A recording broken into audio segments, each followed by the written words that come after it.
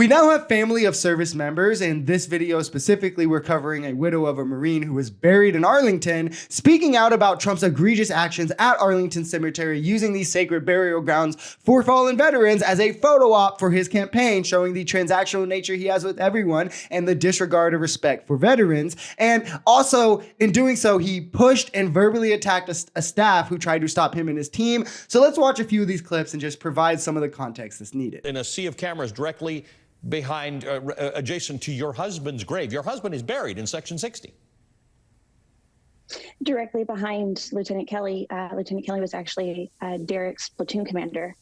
And when Lieutenant Kelly died, it really rocked Derek. He actually had been able to call me. And so when that picture came out, I was instantly infuriated. I reached out to my friends and I needed to talk to somebody about how inappropriate this was and how a president of the United States should know that this is inappropriate, let alone to infringe on the grieving process of the Kelly family, who I have the utmost respect for. And so this doesn't end for us. However, our stories help to shape our to-be-told history. This is her husband's grave that they are standing behind in this photo that they posted on social media publicly, that where cameras, again, aren't even supposed to be, but they just, will post his grave. Who cares, right? It's Trump. He can do whatever he wants, as they also stand on the grave of his lieutenant. And you have a family member here saying how disrespectful this is to them. And as they are disregarding the grieving process, not only for her, but all of these families that are involved, just for a photo op to get a couple clicks and likes, right? Anyone with the morals who wants to be president should know better. This should be morally disqualifying. And for most people, it would be, right? From the perspective of the veteran vote especially, and even more so, especially considering his team had to assault a staff member who cares for these graves just to get in and do this. When Trump, a former president, knew what he was doing. No, he knows it's wrong. It's not like he didn't know better, yet it didn't matter to him because of the publicity he wanted to get for it. We can see again what truly matters time and time again to the man who over and over will disparage veterans, calling John McCain a loser and calling the cemetery full of them suckers and losers. To him, it's just about bolstering himself. It is also a reminder of the finite room that we have to store honorably the dead from our battles. And it shouldn't have to be explained that this is not an opportunity for a photo op. And so to the Gold Star widow family, to the Gold Star families out there, I respect your right to invite who you choose to your memory ceremonies. However, our service, and Section 60 specifically, is just so much bigger than any one person that was inappropriate to take pictures.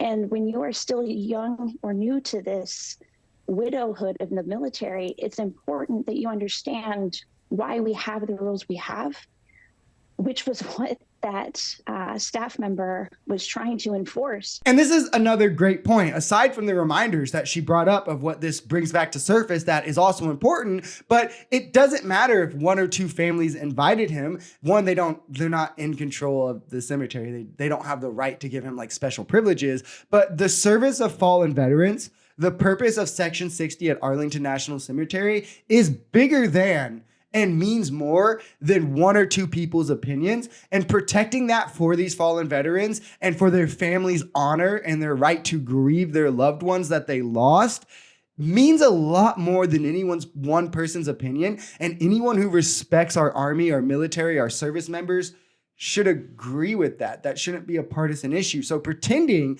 that it's justification for disgracing this other families and their wishes, for breaking federal law, for assaulting a staff who is trying to do her job in protecting these sacred grounds, it's horrendously partisan, horrendously bad faith. And it just shows that above all else, you just care about Trump, which means you're in a cult. So to hear that the one place that we all service members across the board respect and revere has been desecrated, not just by Donald Trump yet again, because this is the second time, almost 4 years to the day, that I spoke out about the first time Donald Trump did this.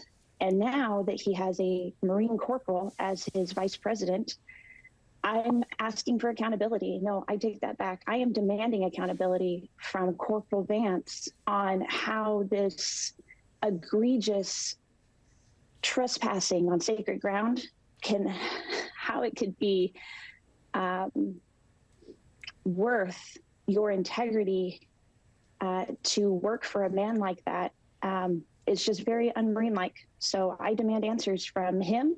The problem with this, or I guess I should say why it won't happen, is that JD Vance has sold out all his personal morals to be in the cult and get a position of power. So he would never speak out for what is right if it goes against Trump. That's the rule of being a Republican at this point. You have to bend the knee completely. And it's eye-opening to hear about the pattern that Trump has of neglecting veterans and their families, as this is something he did 4 years ago. And she and other Marines or wives of Marines and husbands of Marines have spoken out against him doing it. And yet he felt entitled enough to do it again, felt entitled enough to assault a cemetery worker to do so. This is on its face morally disqualifying if you actually care about veterans and their service to the least bit.